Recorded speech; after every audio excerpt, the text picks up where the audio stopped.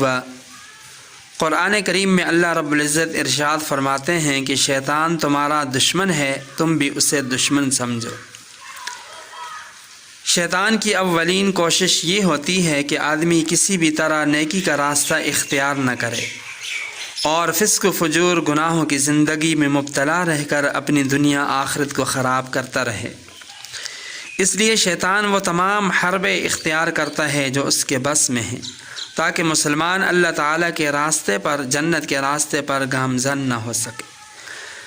لیکن اگر مسلمان اللہ تعالیٰ کے فضل و کرم اور اس کی توفیق کے ساتھ اپنی ہمت سے کام لے اور گناہوں کی دل سے نکل کر جنت کے راستے پر چل پڑے تو شیطان سخت مایوس ہوتا ہے، سخت اذیت تکلیف ہوتی ہے اسے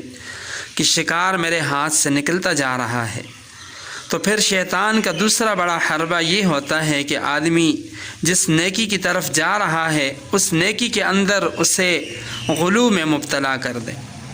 یعنی جو نیکی وہ کر رہا ہے اس نیکی کو شرعی حدود سے اس طرح بڑھا دے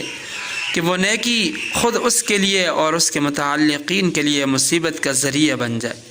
اور آدمی غلو میں مبتلا ہو کر طرح طرح کے گناہوں کا شکار ہو جائے۔ اس لیے اگر آپ گہری نظر سے دیکھیں تو غلو عام دوسرے گناہوں سے زیادہ سنگین اور زیادہ پیچیدہ ہے، کیونکہ عام گناہوں کو تو مسلمان خود گناہ سمجھتا ہے اور اس میں مبتلا ہونے کو گناہ جانتا ہے، جبکہ دینداری میں غلو کرنے والے کو اپنے گناہ کا اکثر اوقات اندازہ تک نہیں ہوتا۔ وہ یہی سمجھتا ہے کہ وہ نیکی کا کام کر رہا ہے، نیکی کے اندر ترقی کرتا جا رہا ہے، حالانکہ وہ شرعی حدود سے تجاوز کر کے گناہ بلکہ کئی گناہوں کے اندر مبتلا ہو جاتا ہے۔ اس لیے شریعت نے جس چیز کو جس درجے کے اندر، جو چیز شریعت میں جس درجے کے اندر ثابت ہے اسے اسی درجے کے اندر رکھنا چاہیے، اس سے بڑھانا یا کم کرنا یہ دونوں افراط تفرید اور غلو ہے،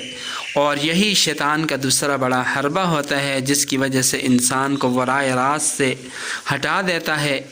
اور ایسا انسان نتیجتاً ناکام اور نامراد ہو جاتا ہے۔